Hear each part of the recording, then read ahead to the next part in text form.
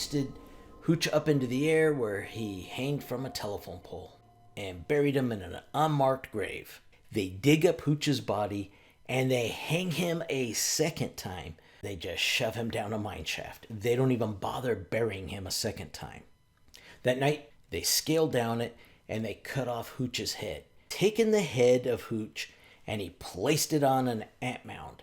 And he let the ants eat away the flesh and the brain and all the matter that was still attached to it.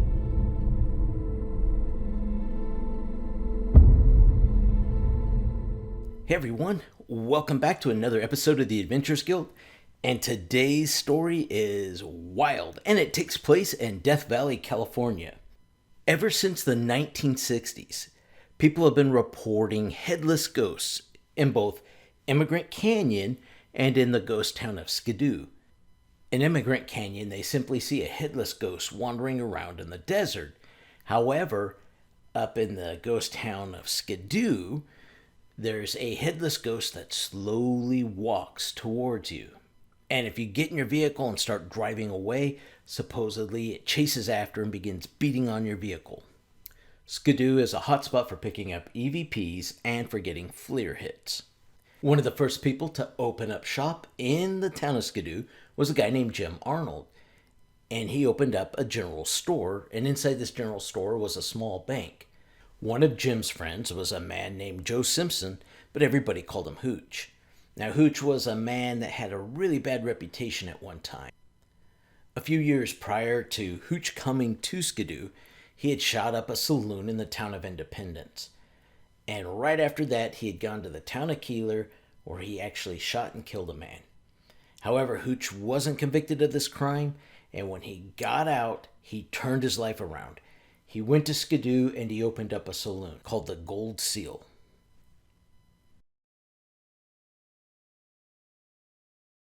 On Easter morning of 1908, Hooch's syphilis began to cause him a great deal of pain. So he begins drinking quite a bit, and after he gets fairly drunk, he takes his gun and he marches across the street, and at gunpoint, he demands that the teller give him $20 in gold. And the teller tells him no. And now Hooch is starting to get really mad. However, before he can do anything, the gentle giant, Jim Arnold, comes up behind him, grabs his pistol, takes it out of his hand, and then takes and throws Hooch out the door into the streets. Now, Hooch sleeps off a little bit of his drunken stupor, but somehow he finds his gun. And he goes back into the general store and he confronts Jim Arnold. Hooch just shoots and kills him in cold blood, and he dies right there in the general store. Then Hooch shoots at a couple of people. However, they're able to grapple the gun from him, and they arrest him. So this all took place on Sunday, April 19th, on Easter Sunday of 1908. And by the 22nd, the town had run out of patience, waiting for justice. So they assembled a lynching mob, and they went down and they grabbed Hooch. And along the way, they're actually terrorizing him so much, he starts having a heart attack. By the time he gets to the telephone pole and they throw a noose around his neck, they're not even sure if he was alive anymore. And a man named George Cook took his wagon and his horses and he pulled them forward, and it hoisted Hooch up into the air where he hanged from a telephone pole. Hooch was the last man lynched in California. And after the hanging, they took his body and buried him in an unmarked grave. So this became hot news throughout all of California, and all these reporters were on their way from Los Angeles. And they realized, oh, we didn't take any photos. And so when these reporters show up from Los Angeles, they dig up Hooch's body and they hang him a second time. But instead of on the telephone pole, this time they hang him inside of a tent off the main beam that ran through. After the photos are taken, they take Hooch's body and they go outside of town and they just shove him down a mine shaft. They don't even bother burying him a second time. That night, George Cook and Dr. McDonald went back to the mine. They scaled down it and they cut off Hooch's head. They brought it back to Dr. McDonald's office, where Dr. McDonald took and cut the skull cap off and began to inspect the brain for any signs of impact or alteration from syphilis on it. This was a famous rumor that had been surfacing around for quite a while, and in the 1960s, George Cook admitted it was true that they had really done this.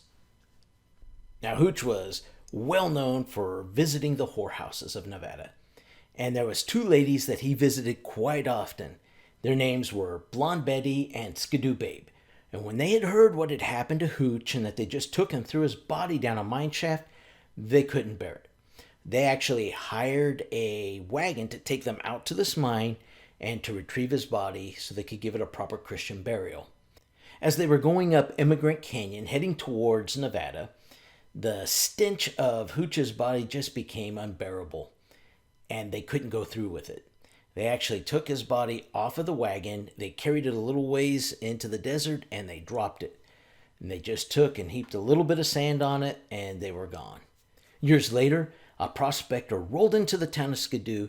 He was completely alarmed about this crime scene he had witnessed of a headless skeleton. Of course, this was Hooch, and this explains the headless ghost that people see quite often in Immigrant Canyon.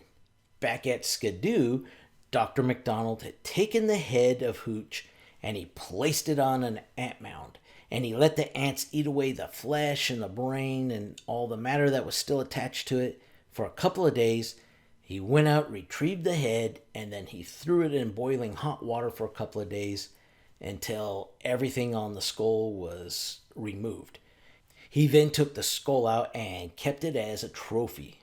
At one point, supposedly the skull began to chatter its jawbone, and this terrified Dr. McDonald.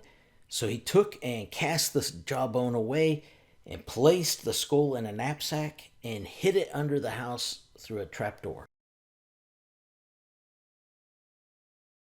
Dr. Donald moved to Los Angeles, and he wanted nothing to do with that skull. He left it behind in that trapdoor.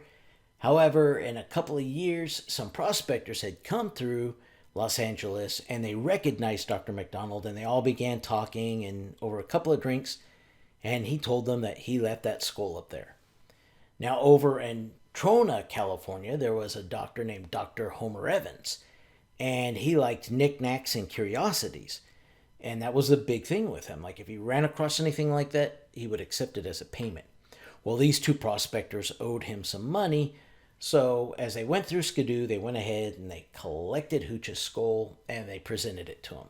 So Dr. Evans became the new owner of Hooch's skull. Now, what's a little interesting is that both Dr. McDonald and George Cook kept finding skeletons, and George Cook was taking pictures of them, and they were collecting these skeletons. Somehow they were finding them in the desert. In fact, you can see Dr. McDonald here in the background of this photo. Dr. Evans was moving away from California, and he decided to leave the skull there with someone, and he left it with a man named George Pipkin. George Pipkin left the skull with a man named Dan Cronkite.